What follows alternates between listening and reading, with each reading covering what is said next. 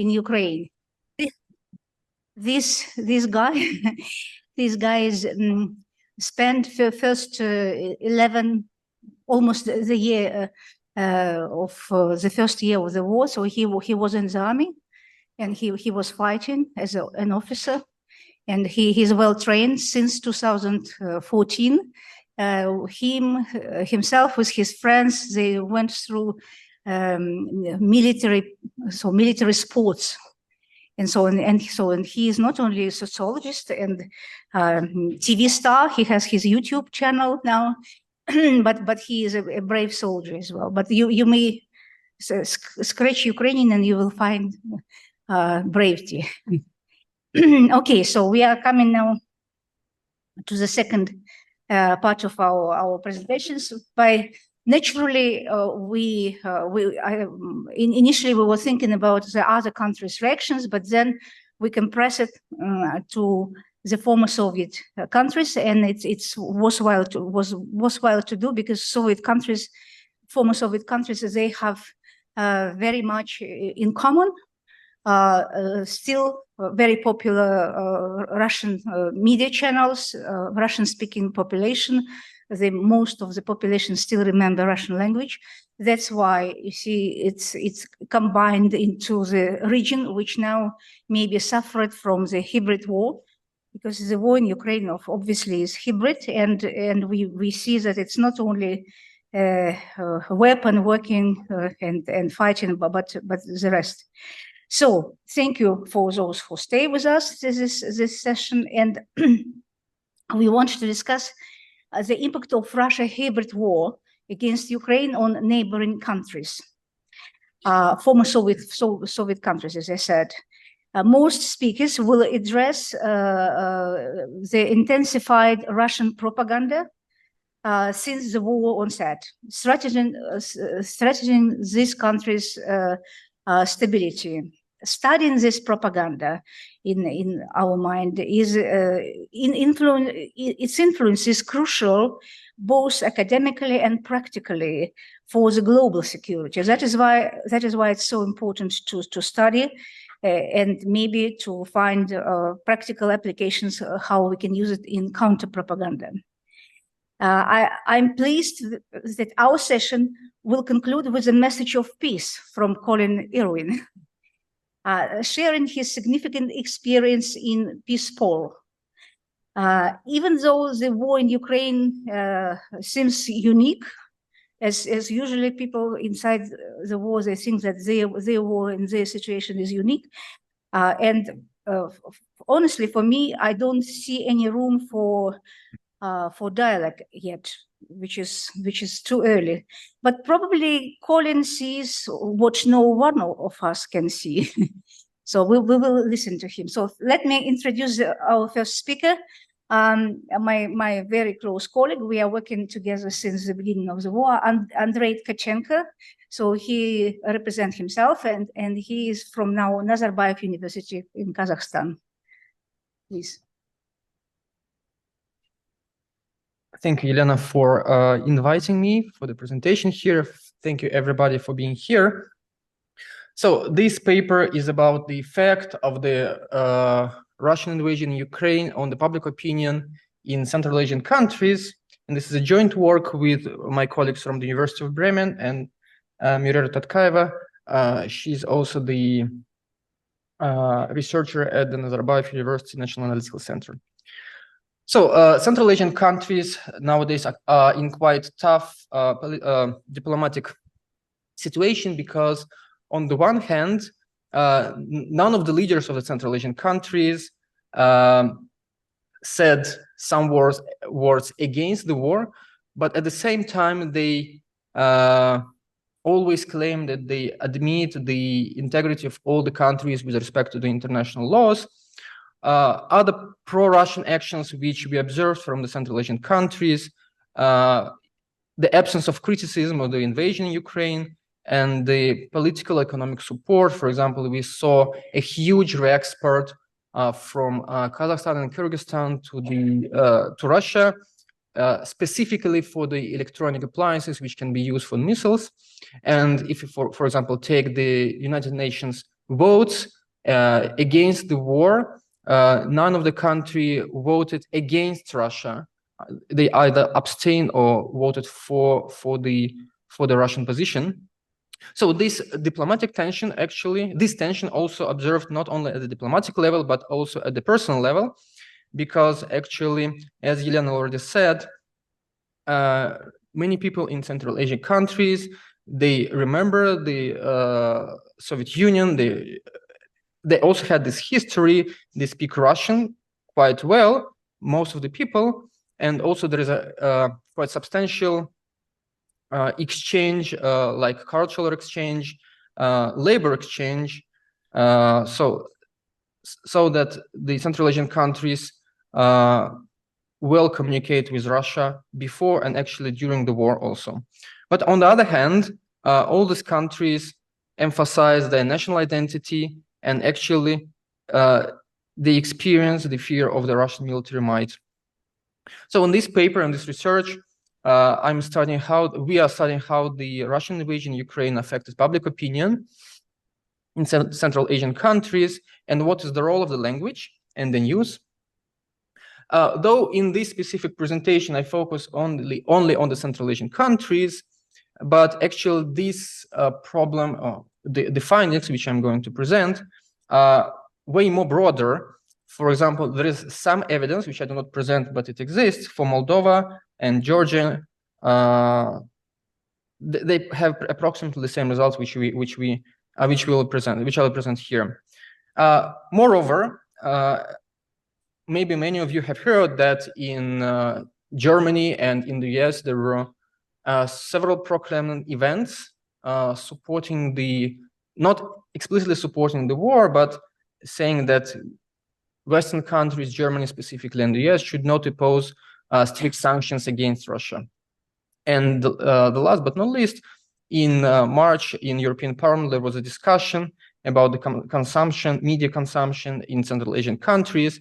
And there is a news center which specifically focuses on Central Asian countries and how the Russian invasion affected the public opinion in these countries.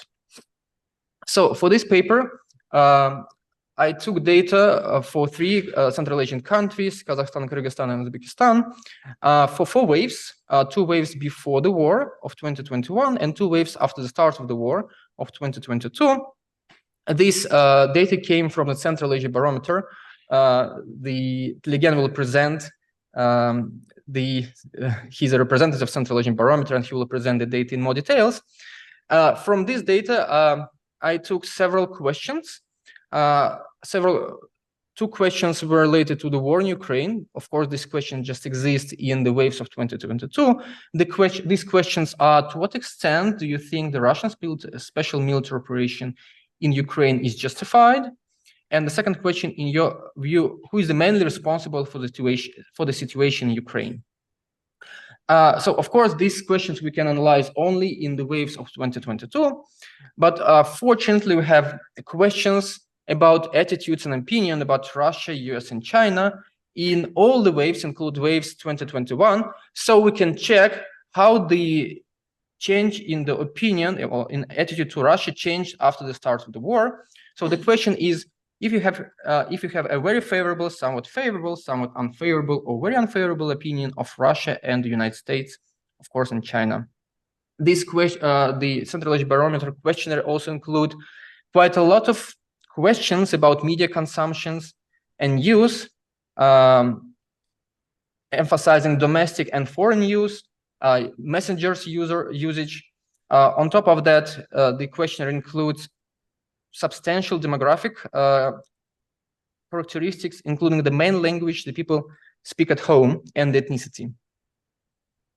So here I just want you to present briefly descriptive statistics, then I will go more in details with the regression analysis. So first of all, I want to draw your attention to the left top red box, and specifically let's pay attention to Kazakhstan. So around 41% in 2022 said that they speak the main language of communication at home is Russian, though only 18% of people are Russians ethnically. They refer them as Russians ethnically.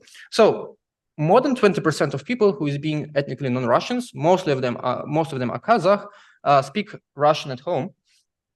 A quite similar situation, but at the lower extent is in Kyrgyzstan and in Uzbekistan.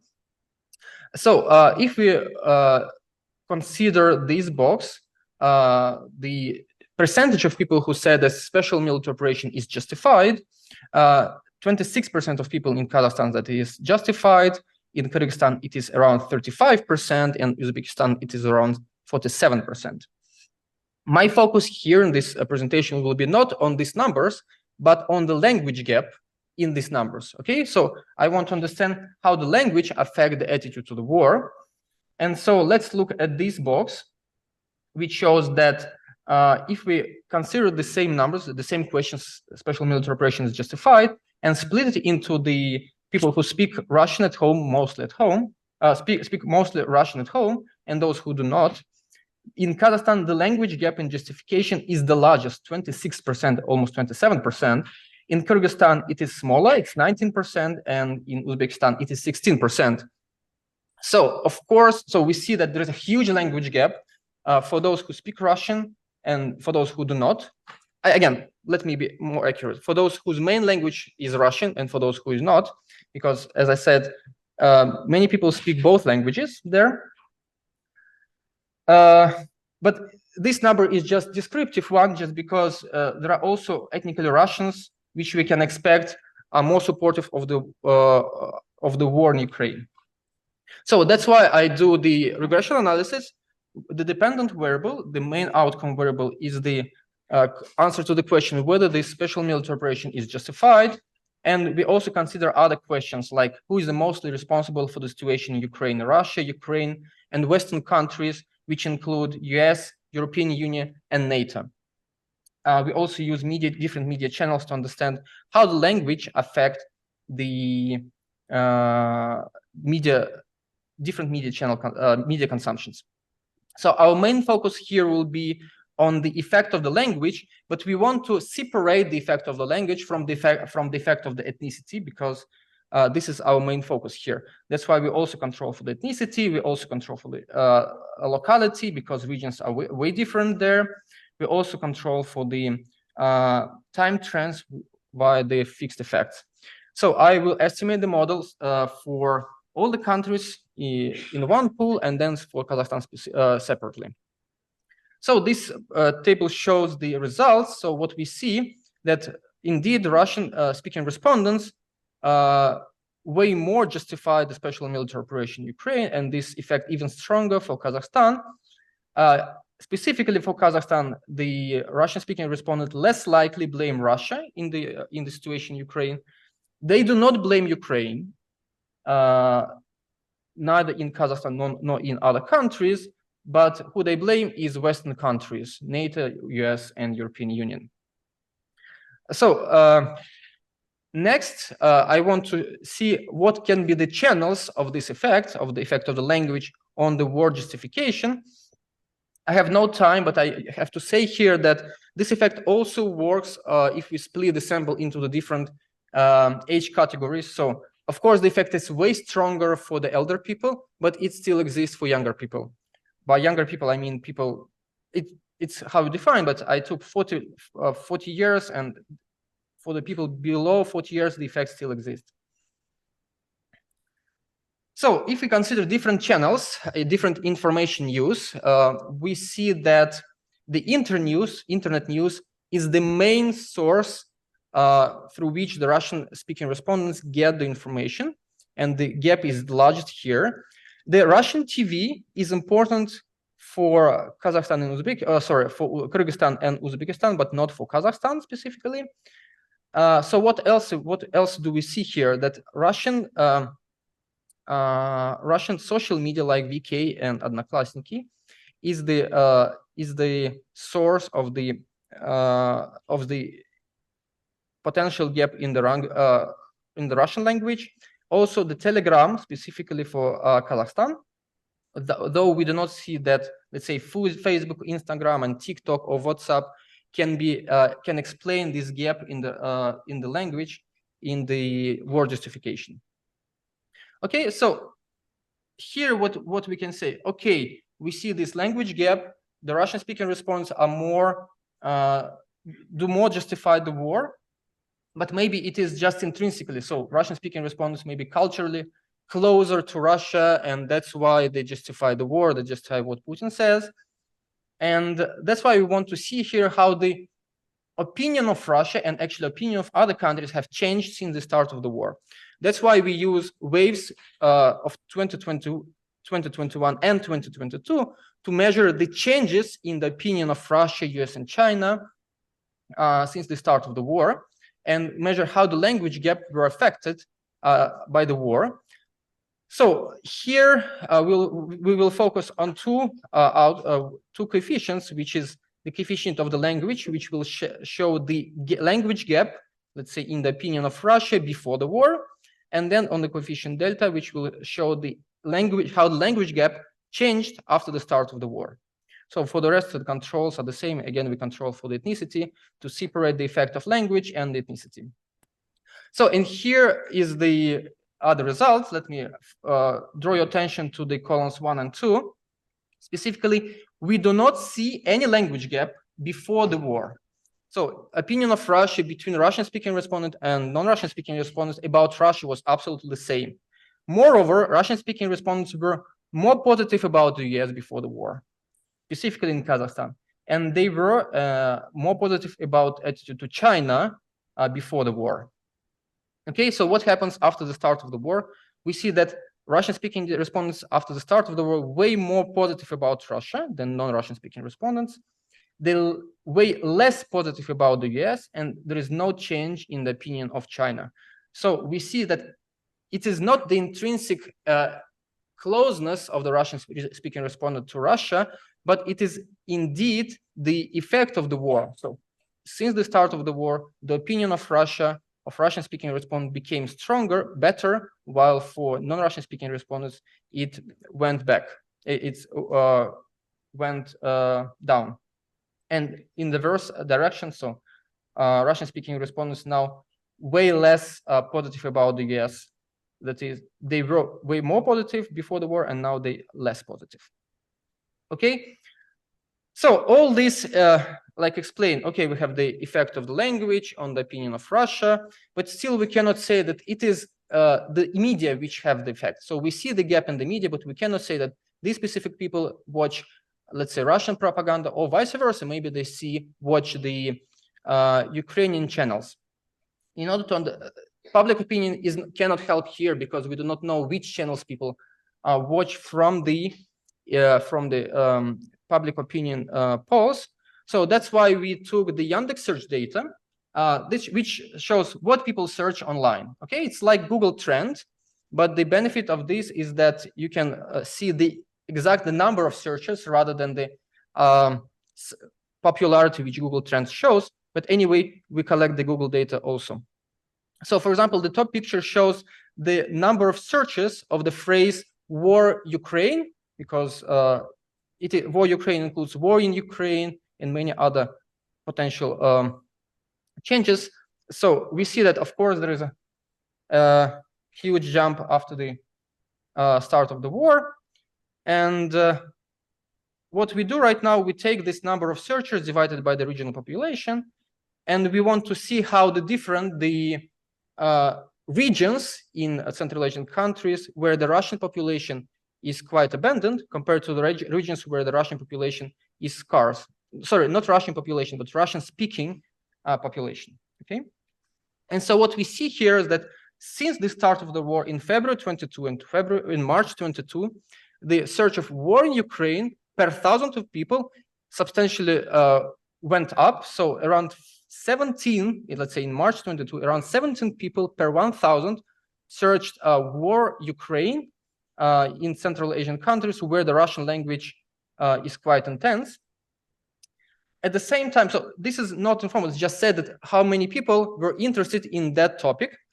What next we do, we take the same search of other words like Yandex News and Yandex Zen. I can then, if I have time, show you that it is aggregator of news, but it aggregates only Russian propaganda. And so what we see that approximately 15 people out of 1,000 search Yandex News and Yandex Then. So out of those who were interested in war in Ukraine, 17, almost 15 of them searched the propaganda news. If it took, let's say, oppositional news like Euronews, of course, there is a jump in the search, but a very minor one. So the effect is quite small. How much time do you have? Zero. Okay. And this is where I conclude that actually the Russian-speaking respondents indeed support the war more. They blame mostly US and Western countries. And this pro-Russian attitude is not intrinsic to the language, but it was induced by the Russian invasion, and the most important channels of the propaganda spread to the Russian-speaking respondents is internet news and Russian social media. Thank you.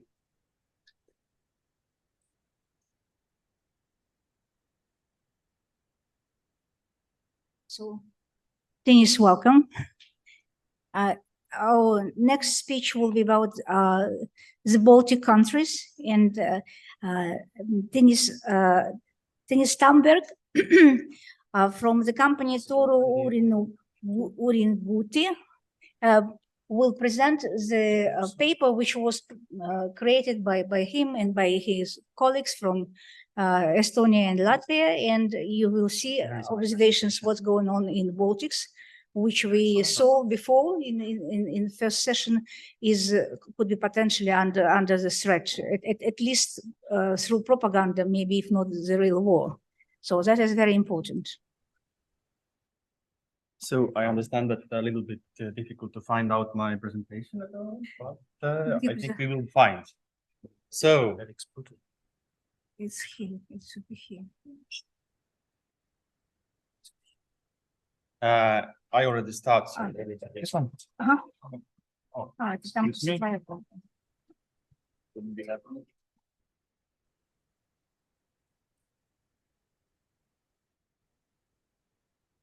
Yes. So, thank you. So as all know, we are come from Estonia, and also we are thankful for our colleagues also from Latvia, who gave us also some data to compare some results what we have from the coverage of Estonian media and Latvian media. And it's very important to speak about the background of Estonian and Latvians and Lithuanians, because all the different nations have a quite big minority of the Russian-speaking persons. So also, if we speak about Latvia, it's 30%, around 30%. Estonia is also around 30%. It is less in Lithuania, around 5% of Russians, 6% of Polish people, and so on. But it is still important for us. So, what we have discovered, if you look back to the beginning of the war, at the first, it is so that most Russian persons doesn't trust any kind of media channels anymore. So it's mixed up. So if we look directly to the past, we can see that we already had the problem between the Russian media room and Estonian media room and Latvian media room. All the persons who looked Russian media room have a totally different understanding of some things. So it is so that after the beginning of the war, we can see that all this consumption of media and also the media channels who are participating in the media environment, they are doubled or tripled the messages that are come from the both sides. So it is very, very hard, especially for the Russian minorities, to understand all the messages. If I look forward, it is clear for the governments that they have to do something about it. So what we have noticed is that if you look different media channels, what are supported from the government and also for the different media houses, we can see that they launched different channels in the Russian channels and other media channels like portals in the internet, also the messages that comes from the different environments. It is one thing, but we noticed that it's lack of the quality media. So we can see that media houses doesn't put so much efforts for the quality media for the Russian minorities. So every Russian minority representative can see the difference between the channels who's coming from the Russian media houses and between the channels what comes from the Estonian media houses or Latvian media houses. So if we made researches in Latvia and Estonia and we compared the results, it is so that main problem what came out from the different researches is that the usage of the media, the coverage of the media, and how important different media for the respondents is somehow has a problem that the Russian minority doesn't trust anybody. It is so that different persons collect the media and the messages between the different channels, and it is some kind of mixed up emotions, and they put their own truth together of different channels. So in the same time, we have a problem that comes from the state side.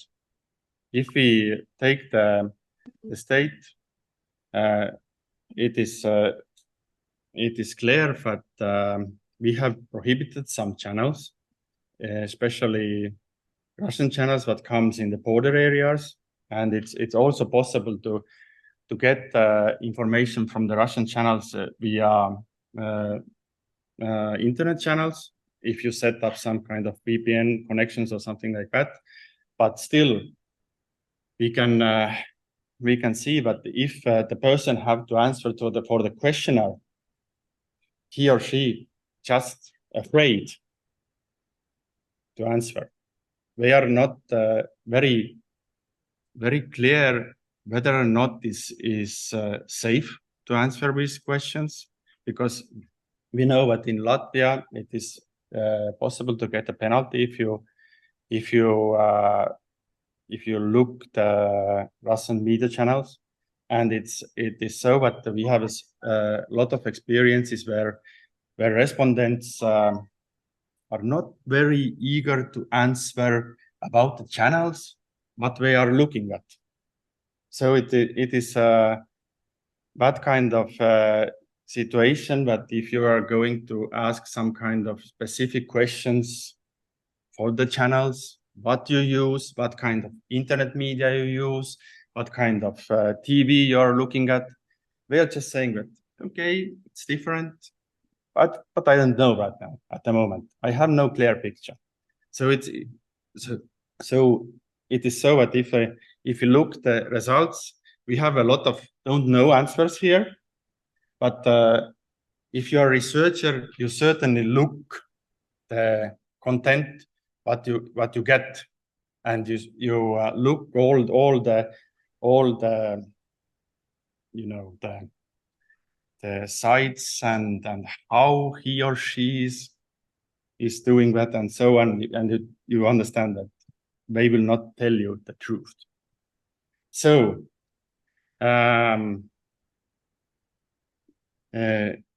if I take the next results here, you can see it very clearly that in Latvia and Lithuania, Latvia and Estonia, that there are a lot of don't know answers. It comes if we ask the mesa usage, if they ask the the different channels, they just answer for us, don't know. It is clear that they have mixed up emotions. They don't know how to answer that kind of questions, and it is clear that they put the final truth together in their own heads. So it is we can see it right now. So I will go on to get more time for other. So we can see that we have new ground, social media, a lot of messages that comes from the Russian side and also from the Western side, Ukrainian side, and also from Estonian national side. It is ground of social media. So these messages are different, and if you look, especially younger generations, they get the most information from the social media. They don't use anymore any kind of TV channels or anything. So let me see. It is most important thing what I have to show you here, that if we look the different groups of the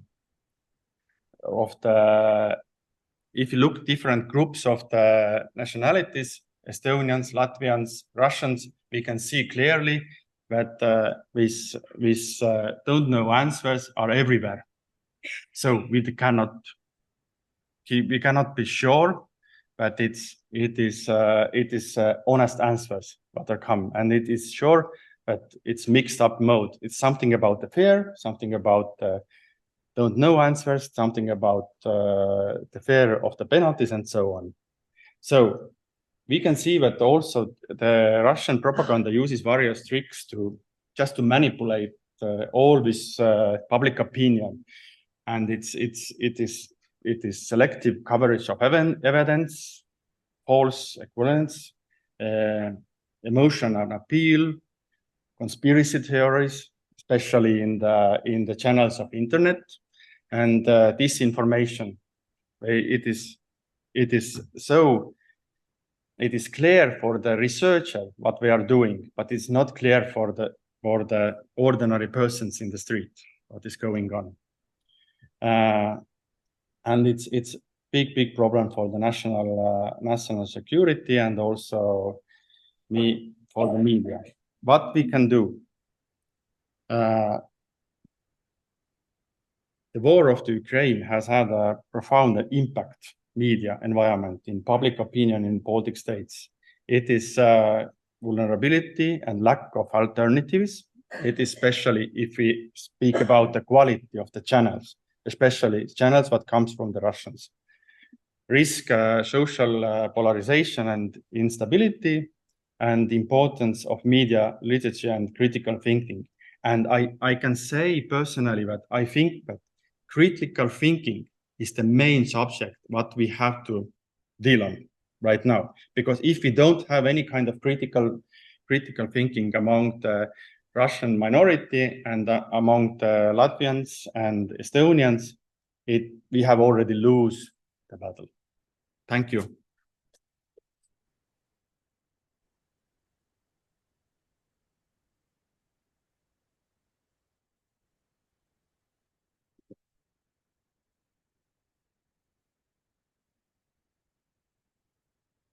Thank you, Tõnis. So sorry that I was need to interrupt you.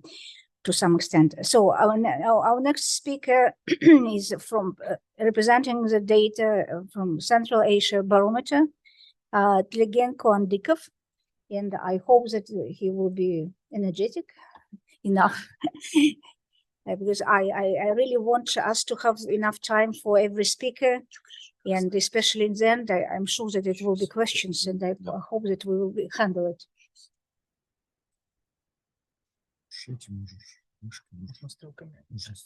Okay. Yep. So, hi everyone. It's a great pleasure for me to represent Central Asia Barometer, where I serve as communication officer, and to raise the voice of Central Asians here at the conference. So many thanks for the organizers and personally to Elena Koneva, who put invaluable efforts of bringing all of us here together. So I wanted to start my presentation with a brief introduction. While Central Asia is important for understanding the dynamics of the region and dynamics of the world, but I will not stop a lot on it because kindly Andrey already gave a very brief overview of why Central Asia is important, and I will just mention that indeed there is a very big collaboration on international level, sometimes pro-Russia, anti-Russia moves. There is a big collaboration in the security domain, and as we will see, the military alliance where Central Asian states and Russia participate in is now in the very hard times, as the Central Asians have now security concerns which intensified after the invasion.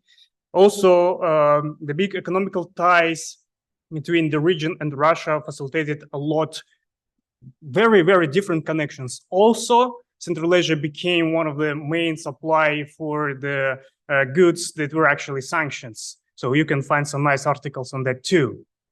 And also Central Asia became one of the most important destinations for Russian draft dodgers who choose these states as a first point of destination or as a transit point. And last but not the least, the economical and labor ties, because a lot of the migrants from Central Asia come to Russia for work, and some states as Kyrgyzstan and Uzbekistan are super dependent on remittances that those migrants send. And for that reason, okay, one can say why we need to care about public opinion in Central Asia, because, you know, those regimes, they're not super inclusive, they are authoritarian. But no, actually, leaders in the states, they do care about public opinion. For that reason, we run the projects from 2017 in all Central Asian countries, also in Tajikistan and Turkmenistan. We do surveys 2 times in a year, usually in fall and spring, and so far we have 13 waves and now working on the wave 14. The sample size usually between 1,500 and 2,000, and we use both face-to-face and telephone methods. After the pandemic, more telephone methods. So as Andrey also said, our questionnaire is quite long and we have a lot of different topics, but for the sake of time, if you are more curious about our methods, questionnaire, and the project, you can later reach out to me. In this presentation, we will cover basically 4 main points: overall attention to the war, who is responsible according to Central Asians in this situation, and whether they justify so-called special military operation that is framed by Russian propaganda, and what are the consequences for the rest of this country, and what are the anticipations and expectations about how the war will end. So again, we'll have a look at 3 waves that conducted between May 2022 and May 2023. So we had another wave in the wave 2022. And for the sample, we use simple random sampling method of, and it was, as I said, a telephone survey. So we had all 3 waves for Kyrgyzstan and Kazakhstan, but for Uzbekistan, only 1 wave, wave 11, because of the sensitivity of the topic. So let's go. Do Central Asians actually follow the war? Do they care about it? And eventually they do. In some countries more, in some countries less. In Kyrgyzstan more than in Kazakhstan.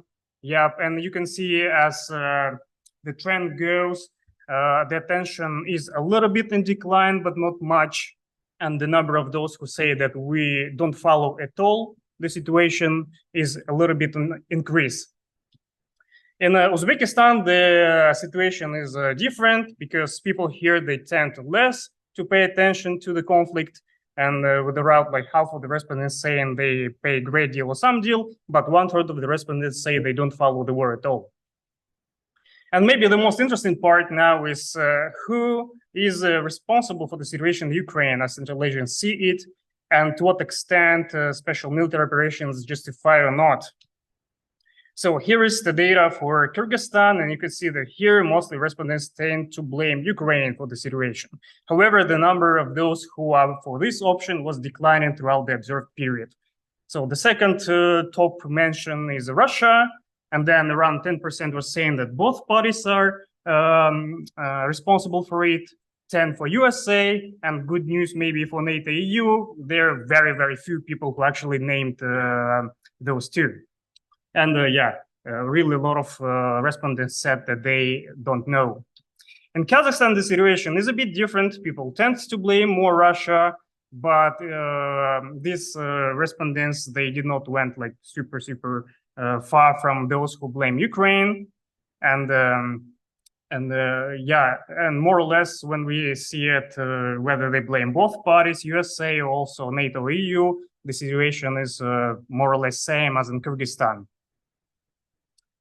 Yeah, we did not ask the question about the blame in Uzbekistan, so we'll pass directly to the justification or non-justification of war. And here we see that in Kyrgyzstan, people are somehow divided on the topic, but not more than 10% saying that the operation is completely justified. Yeah. And a lot of the respondents, 1/3 of them say they don't know the answer. In Kazakhstan, the situation is different. People have more strict position on whether it is justified or not. And the biggest share of respondents say that it's completely unjustified. Yeah, in Uzbekistan, as you see, as you remember, they are also less engaged into the conflict, and they tend more to justify these military activities in Ukraine. Yeah, the third section. So what are the consequences for the country? What Central Asians think about how the war will affect their region? And in general, they are very negative about it. Kyrgyz people are more negative than anyone else. Yep, and you can see around 70% almost in each wave. Well, it declined a bit in April 2023, but they express considerable level of concern. In Kazakhstan, is a bit different. So like around 1/4, and when we see in April, 33% of respondents said that it will not have any impact on their country. And in Uzbekistan, well, people also tend to say more that there will be no impact at all, although around 40% of respondents said that there will be somewhat negative impact or very negative impact. And when we asked them about what are particular negative consequences they anticipate, and here you can see the data from the first mention, like the top of the problems, mostly they name different kinds of economical issues. And this is the recent data. And in Kazakhstan, which is very curious, they are concerned about growing tensions, international relations, and the very sharp security concern. In the previous waves, actually, this number was lower. So now they are more worried about it. I know the topic very well. I'm from the north of Kazakhstan. You know, we have the biggest border with Russia, and it's ethnically populated mostly by Russians. So I can bet that's a very important topic. And in Kyrgyzstan, the situation is a little bit different. They also became more concerned about whether the country will go for war or the war will come to Kyrgyzstan. Also, if you will read some news about it, really a lot of migrants from Kyrgyzstan, they come to the occupied territories for different works, sometimes not voluntarily at all. Yep, but that's another point to discuss. And 70% of people say that it will have a negative impact on the labor migrants. And the last point is what people think, how the war will end. And in Kyrgyzstan, initially, people tend to believe that Ukraine will be forced to accept Russian terms. And still, the number of those who think otherwise, that it will be Russia to retreat, was very low and remains very low. But more than half of the respondents over observed period now, they are more into diplomatic negotiations for the mutually beneficial peace agreement, whatever they mean by that. In Kazakhstan, the situation is very curious, as you see, especially in November 2023 and April 2023. The camps of those who think that Ukraine will be forced to accept terms or that Russia will be forced to retreat, they are more or less like equal groups. And yet again, the majority of populations say that it will end with the diplomatic negotiations. So that's all from my side. I try to be a bit fast. So please feel free to reach out to me. Here you can see my email, social media, and the website. Hopefully in the next upcoming months, we will release a more detailed report on public perceptions of the war in Central Asia. So please keep in touch. Thank you.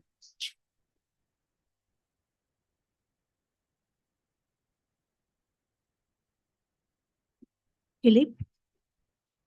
Tlegen, thank you very much. You are fantastic. You see, I think that you helped me a lot. But I think that we are all impressed about the public opinion in Central Asia. I did not expect.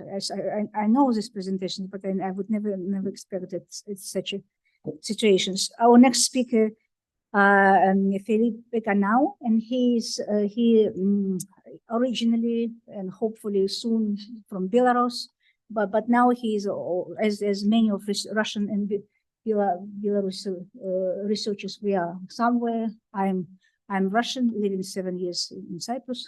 So and we always have now double residence.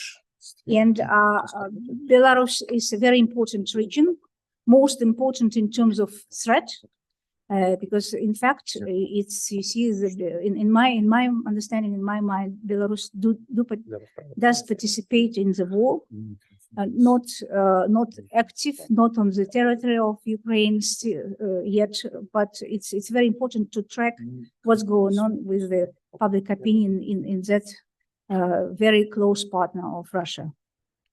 Not you. Yeah, thank you so much for this clarification.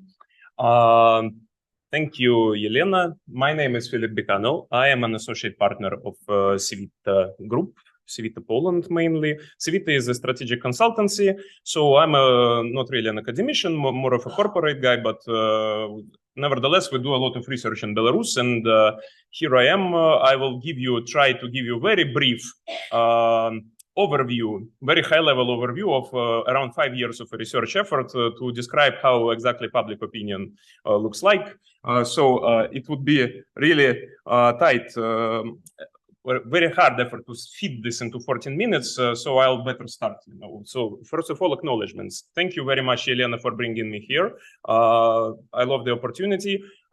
In my speech, in my report, I'm going to use the results of the survey conducted by my team, as well as the results of very good researchers from Chatham House Initiative and Belarusian Analytical Workshop, mainly Olga and Revora Stepenia. With that behind us, let's proceed. First of all, we need to talk a bit about Belarusian surveys in terms of a methodology. Well, Belarusian public opinion research is silenced in Belarus, to say the least. You know, you can get jailed if you would organize like face-to-face interviews from inside the country, or CATI for that matter. So it's not really an over-exaggeration, because after 2020, the country is experiencing Stalinist level of repressions. So what do we do? All of this poses a lot of methodological challenges to us.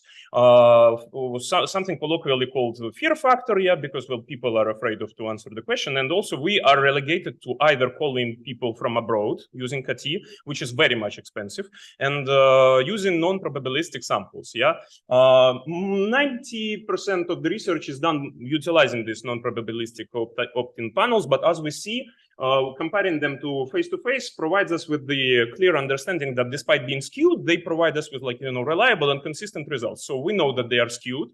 We avoid usually estimating the segments of like dictator's support, the Lukashenko support, or his main opponent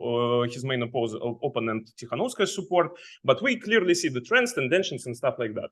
So we can talk about this further if you need to. Just ask me the questions, I'll describe everything. So let's go on. Let's move on to the to the content of the whole thing. So basically, in Belarus, the researchers divide the society into 3 to 5 groups. This is a legacy. One of these groups is something which we colloquially call something like democratic core, which is pro-European Union, pro-democracy, pro-transformation, and pro-Ukraine, of course, as we will see further.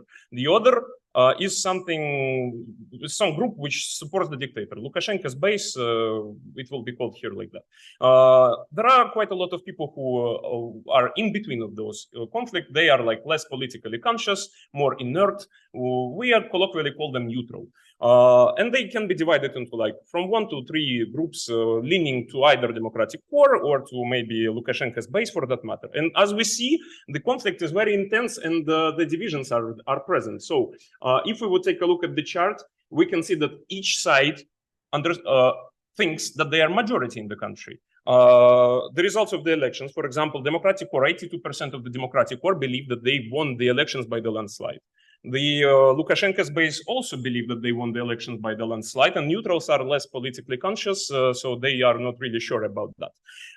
And this not only does this goes into the political conflict inside the Belarus, it also translates into various points of public opinion, such as, for instance, Russian military union presence. CSTO is a Russian military union, and Belarus is a part of this union. And as we see, Democratic Core wants to leave the union, to stay neutral, but that's another matter. Neutrals are kind of preferring to, to either stay neutral or to stay in status quo, while Lukashenko's base is very much pro staying in Russian military union. And state symbol preference just highlights the existing differences as well. So this split is not purely political. This split is very much based into different identity, national identity by that matter, and values. Something that in our research we call pro-European romantic national project, which embodies the rooting the Belarusian identity in non-Soviet times, in something European, which is by its nature progressive, democratically transformative, and stuff like that.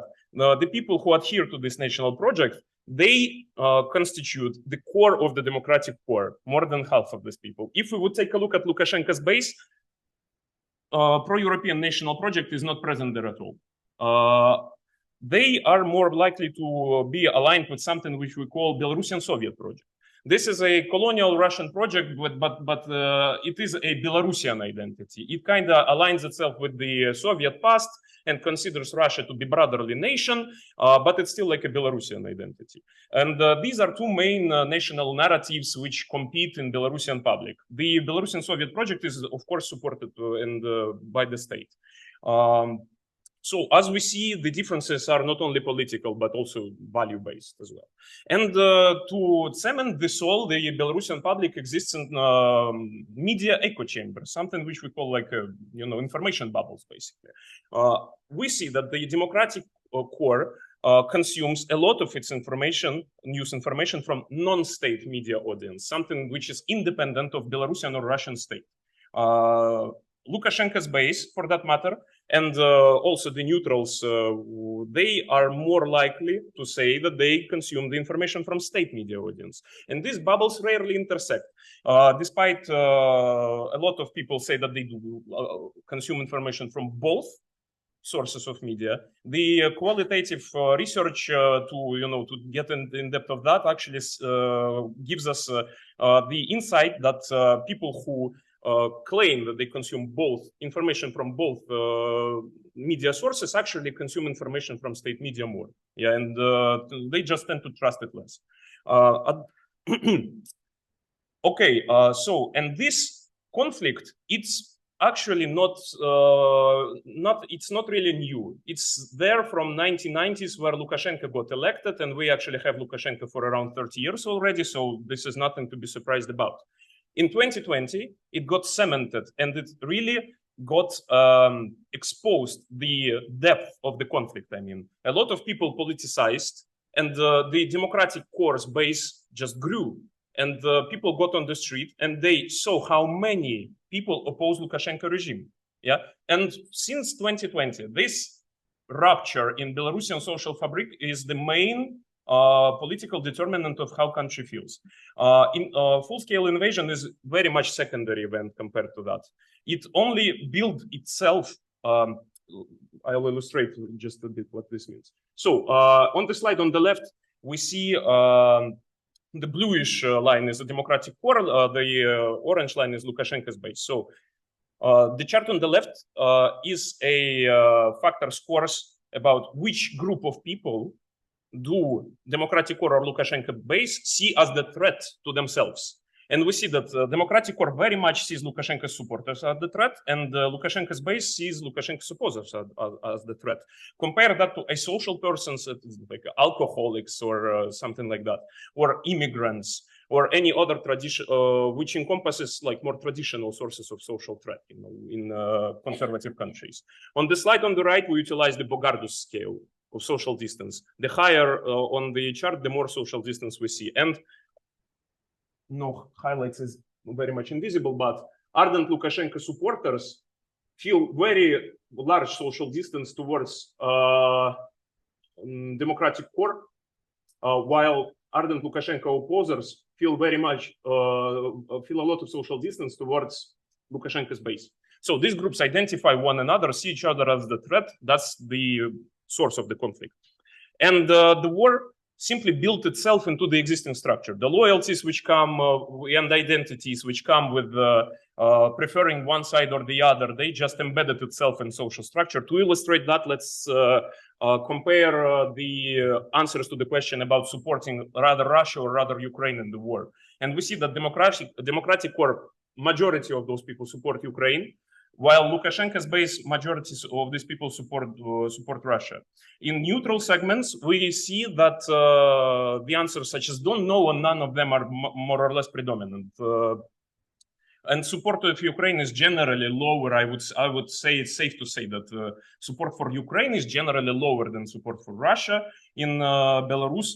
At the same time, all of this is kind of mediated through media consumption, as we established. It would be a very cynical thing to say, but it is the truth that in the situation when Belarus is neither the battleground nor is it supplier of the armed forces, the Belarusians actually watch this war as a football match. Unfortunately, this is very cynical, but I believe that this is the best metaphor one can come up with. And hence the media consumption influence on perception of the war.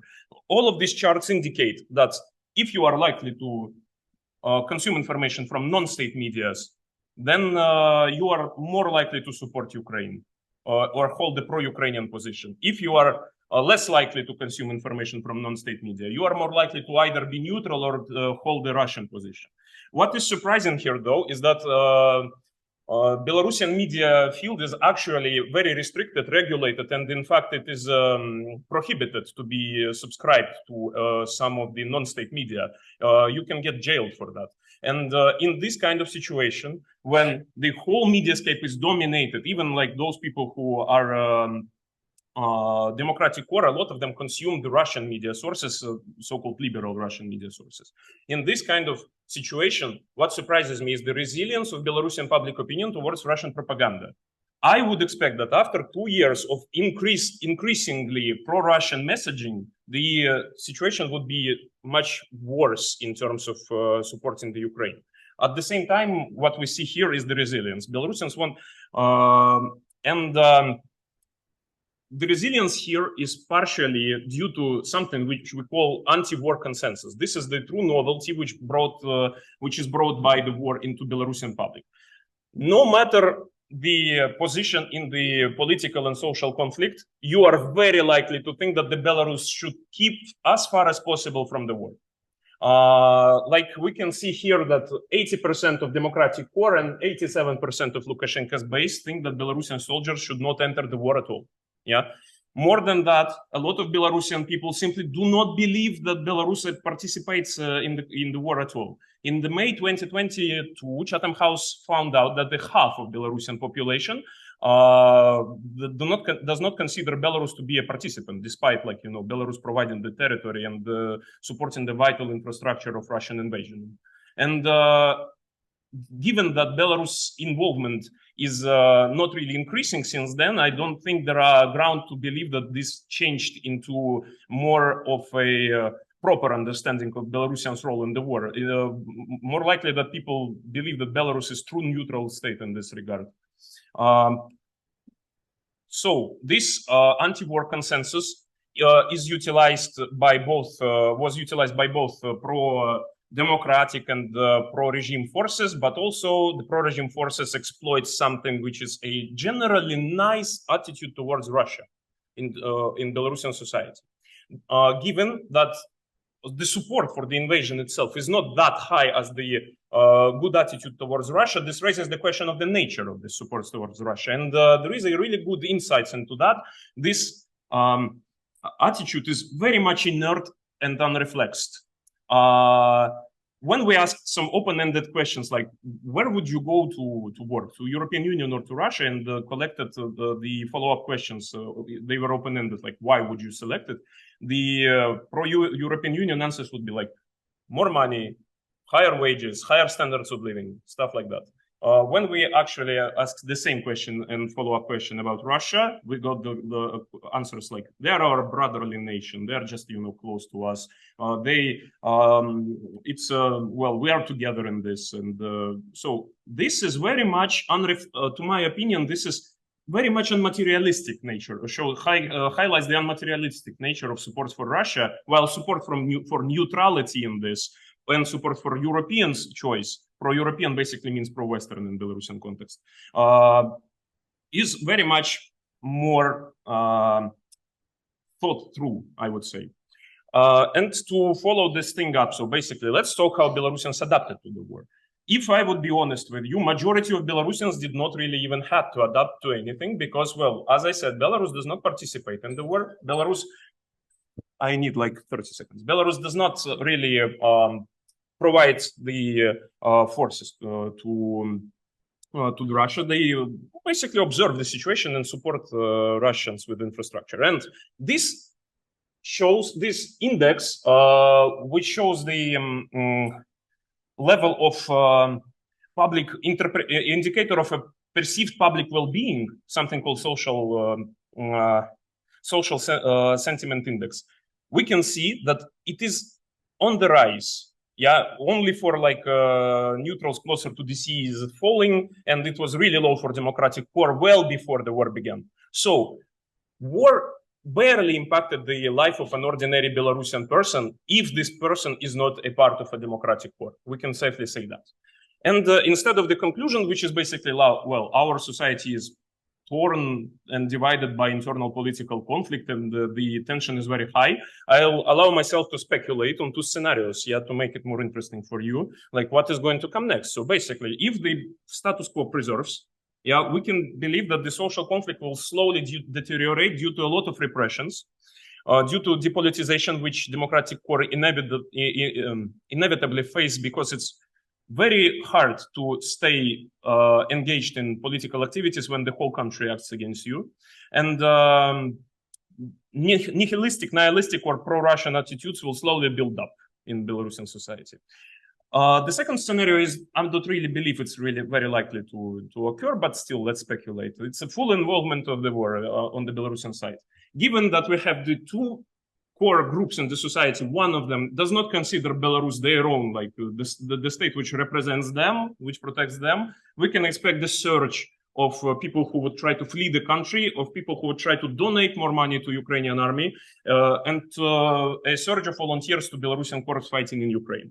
At the same time, a lot of Belarusians would probably just conform with the demand of Belarusian state and join the army. What would happen after that is a matter for, you need a crystal globe or something to tell this, because the army might desert or something might happen, but the situation is like that. Thank you so much for your attention. Yeah, if anyone has...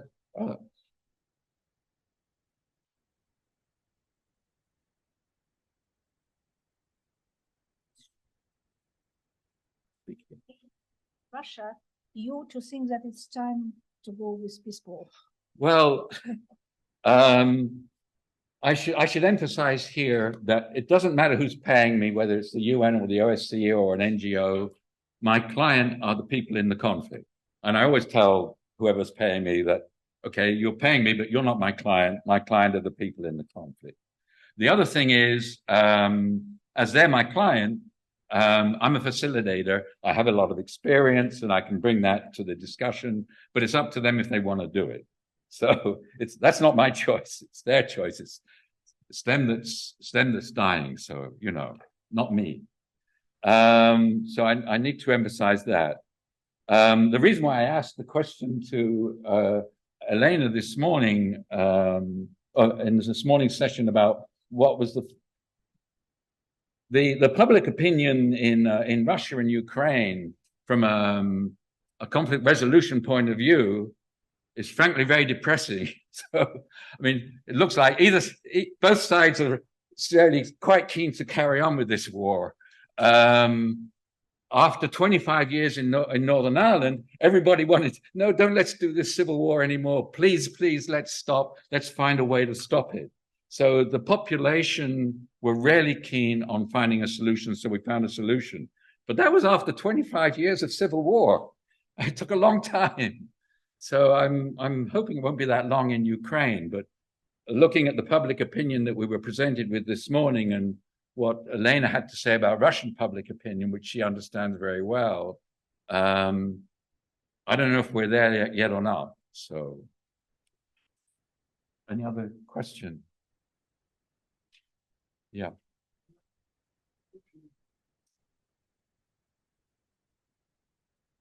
Sorry. No. Yeah. I would like to ask you, Colin Irvin, and also some other about the diplomatic solution, or you say peace negotiations, and maybe the other can also say the words to that. What is the situation when a majority of the population of the country or countries will vote for peace, vote for diplomatic solutions, vote for negotiations, and the opposite? What is the situation when many people are for the conflict and development?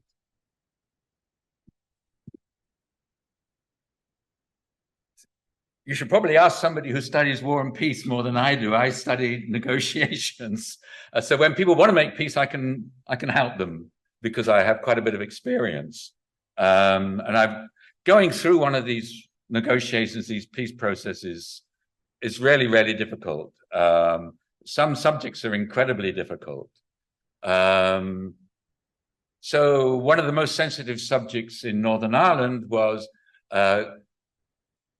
giving the prisoners and letting them out of prison.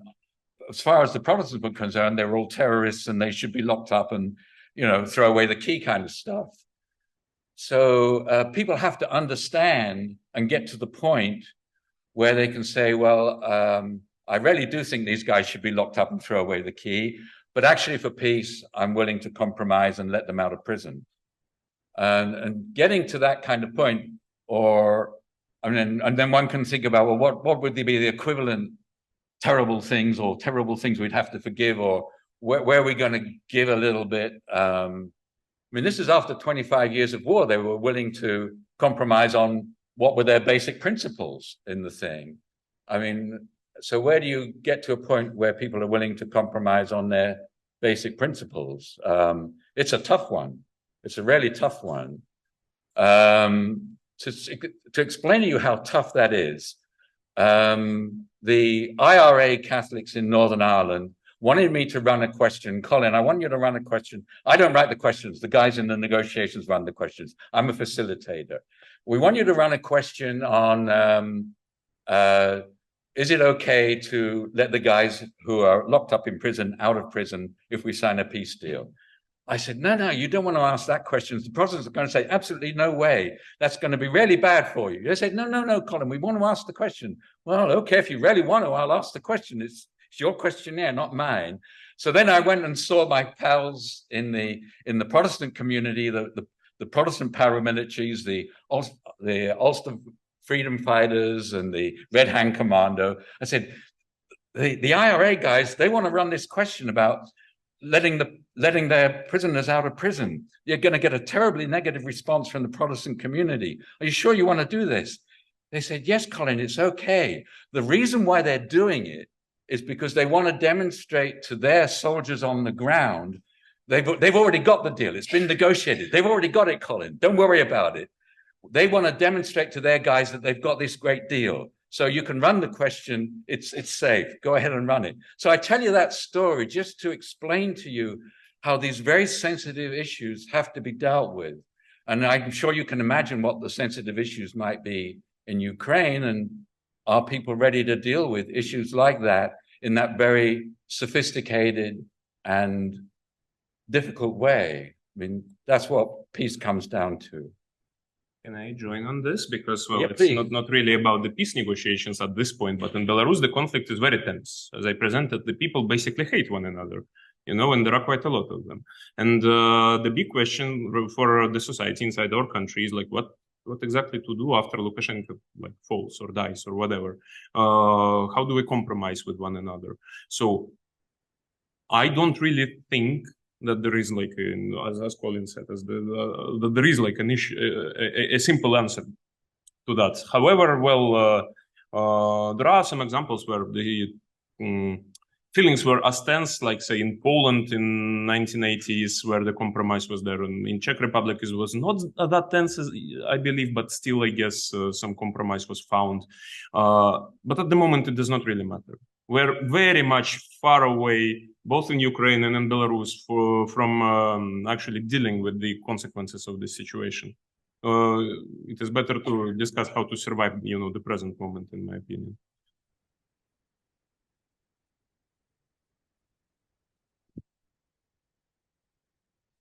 Okay, thanks. Philipp, my question is for you.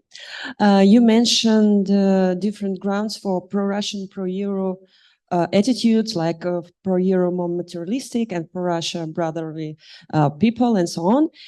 Don't you find any generation differences in this issue? Because it seems that pro-Russian pro-Russian attitude has also materialistic ground. It's language knowledge, and it's more easier to find job, for example, and to integrate when you know language. So it's not maybe not about brotherly people and close culture, but about language knowledge. Mm-hmm. And it depends on generation, of course.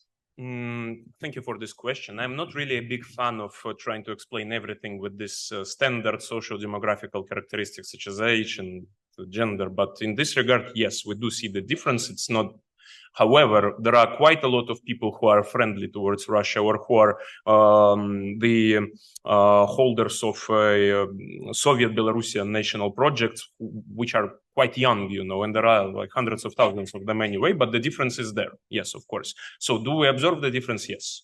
Can it be attributed to the knowledge of Russian language? I'm positive that it is true, because, well, the country is mostly Russian speaking.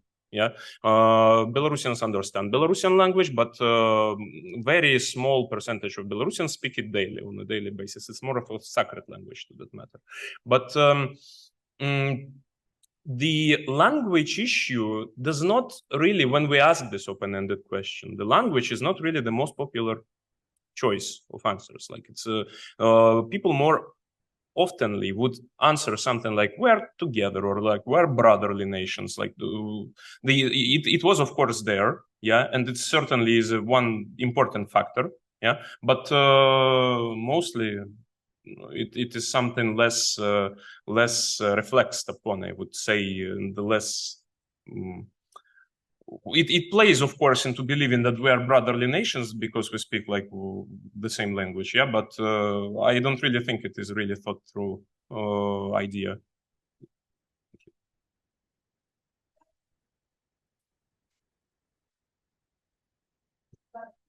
Yes. I feel like it's against my lecturing chops to use a mic.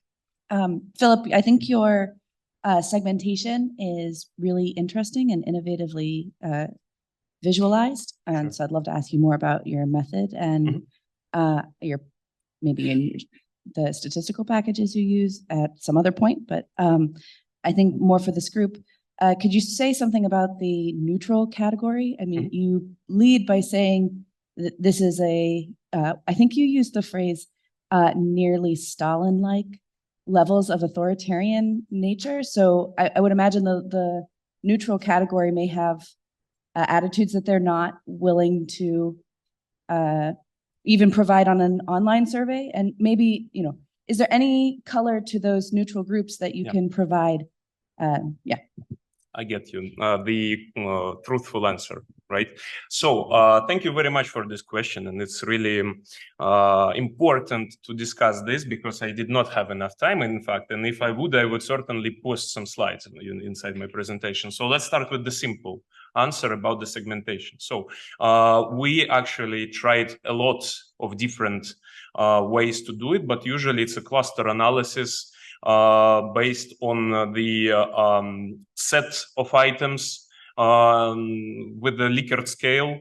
And this set of items was validized in qualitative, and we basically, for example, for identity clusterization about this national projects, we developed a set of 92 items, then we piloted it, and then we just shortened it down to 30. Yeah, for this political segmentation into 4 segments, I found it was about it is based on the institutions and groups of people that you tend to trust or distrust.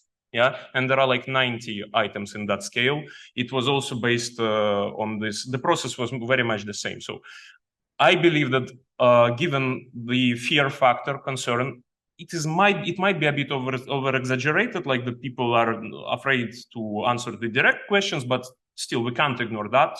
And I believe that doing this multivariate assessments is the only way to counter this in the Belarusian environment these days. So this is one way to do it. And transitioning to this question about neutrals and repression. So the nature of Belarusian regime, in fact, is something that Belarusian politologists called preventive authoritarianism. Yeah, and it was so before 2020 that only small fracture of Belarusian society was actually subdued to the repressions.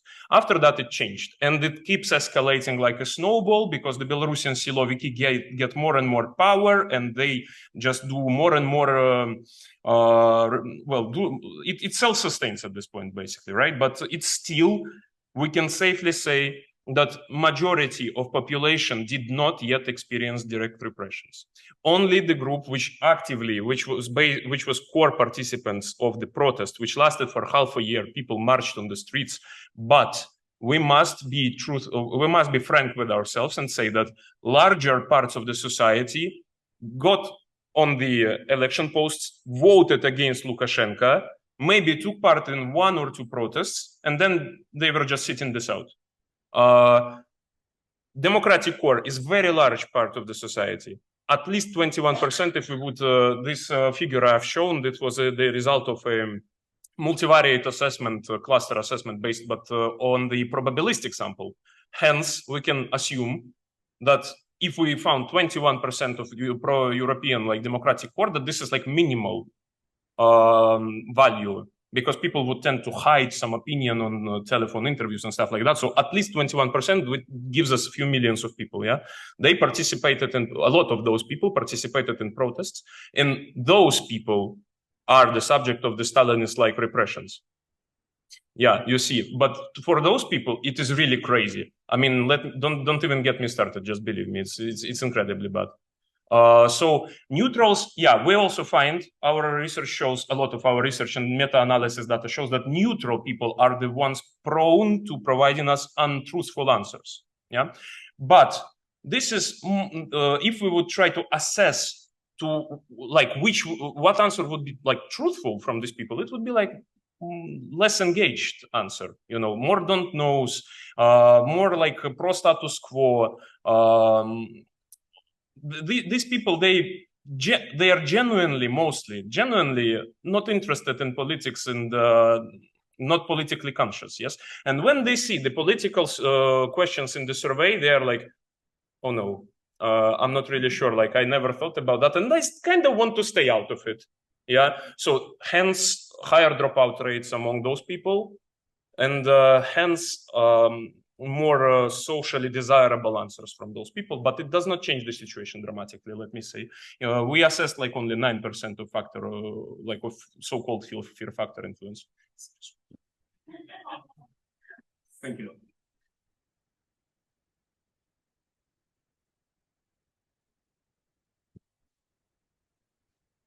Thank you, Inna Volosevich, InfoSapiens, Ukraine. My question is the first question is to Andrey. As I understood, the language has more influence in Kazakhstan as in other countries. Is it right? Could you please elaborate on the reasons for this? Maybe it's the Russian media are more active, or Russian language environment is more active, and so on. So first of all, there are several reasons. First of all, the dominant part of Kazakhstani population speak Russian. So if we take not only those who speak at home, but overall speak, let's say, interviews, this is around 70%. So compared to Kyrgyzstan and Uzbekistan, they speak less slower Russian language. So that's why exposure to the to potential propaganda, Russian propaganda, is way smaller in Kyrgyzstan and Uzbekistan in terms of the internet exposure, let's say, or TV exposure. And this is one reason. Second reason, of course, is the common border. Specifically, what Tlegen said, that northern parts traditionally are more pro-Russians, and the southern parts, with some exemptions, but usually are more nationalistic, let's say, like that. So geography, yes, of course, is very important here. Thank you. And the second question is, do you have to use, it's both to you and to Tlegen, do you have to use Russian terminology in your surveys? So I understand that we ask in Russia about special military operation, but what about other countries? Can we ask about war or invasion, or you will have some problems in the perception of the surveys? Mm-hmm. Okay, thanks for the question. We actually thought together with colleagues about whether to use situation in Ukraine, war between Russia and Ukraine, or special military operation. And since in some countries, certain formulations wording was considered more sensitive, we decided to stop at a particular term of special military operation as it is framed by Russian propaganda. It may be in our other projects, so for instance, when we do focus group discussions, we may use the other terms and define the events as they are, but CAB survey is designed to collect data from general population in those different countries at the same time, at the same subject. So to allow researchers to compare like same measures. So for that reason, we use basically special military operation. But in fact, I don't see it will be a big trouble to use other definitions in Kazakhstan or in Kyrgyzstan, but in Uzbekistan, Tajikistan, it can be way more harder. And as I said, we had the wave 11 only in Uzbekistan, and we did not ask their wave 12 or wave 13. And also in the wave 14, we will not ask that because it will be very, very sensitive. So, yeah, so you will have troubles from the side of the government and also from the side of the respondents who may be more hesitant to share their opinion. So that's...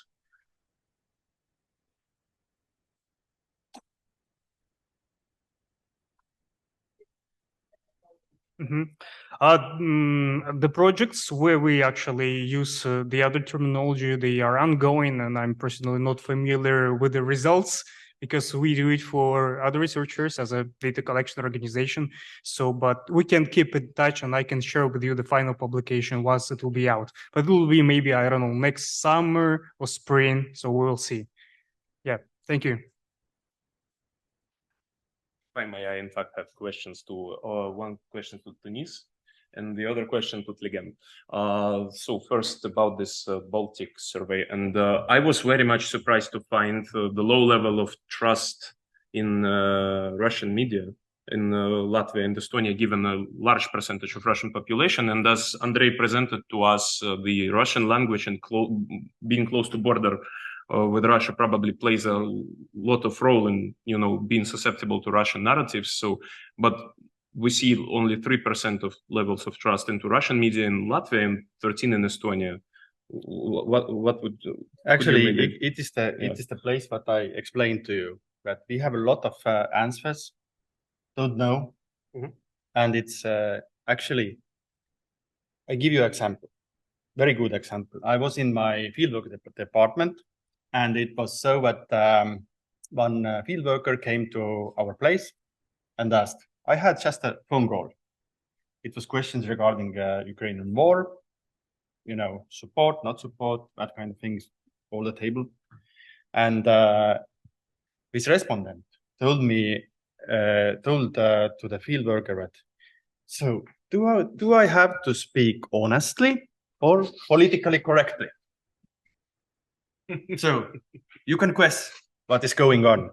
So as I told you already, I see that they prefer not to answer for that kind of questions, and it is they are just give you answer, don't know, have no any kind of statement regarding this and these problems, and they go on. And the second thing that we heard from the in-depth interviews, what we made for the several institutions, it is so that if we start to ask about the different media channels, what is the usage, what is most important media channel for you, it is quite clear that they are starting to, sneeze, they told that, yes, I read several papers, I read some social network posts and so on, but what exactly? No answer. They just I cannot say it's the fear. It's more like the mixed up emotions. Like it is maybe it's wiser not to speak about these topics. I see. That's the case. Yeah, thank you. And the question to Tlegen, just a short one. Okay, very interesting. Okay. 2 seconds. Okay, Tlegen, I noticed a very interesting pattern on one of the charts about Kyrgyzstan, where we see the declining level of blame put on Ukraine in like 1 year. I believe it's like minus 20 percentage points or something. Do you have any explanation for this, for Kyrgyzstan? Well, that's the question that can be assessed very deeply from many different points, but my personal perception is that it can be related to the policy that Russia now implies towards labor migrants who live there, who come there, who travel there, because there is a very ongoing repressive campaign about migration, as they frame it, illegal migration. Maybe for that reason now they started to switch to the other camps and think, and even reflect and rethink their previous position. Maybe this is related, or also to military failures and Ukrainian success on the battlefield. I think can also have an effect, but that's my subjective opinion. Okay, so I know that you all are waiting for the lunch, so we can proceed maybe in this break. And to summing up our session, I want to thank you all for being here, for staying for so long time. Thank you all for this fruitful discussion. To our speakers, international speakers, Ukrainian speakers, thank you all. And a few words from my...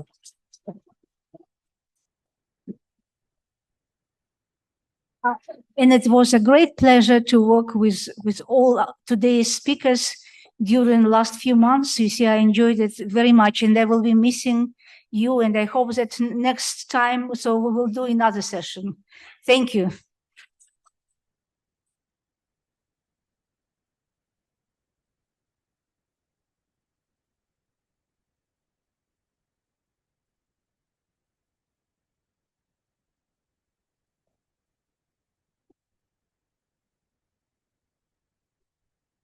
No problem. You're welcome. It was very interesting to listen.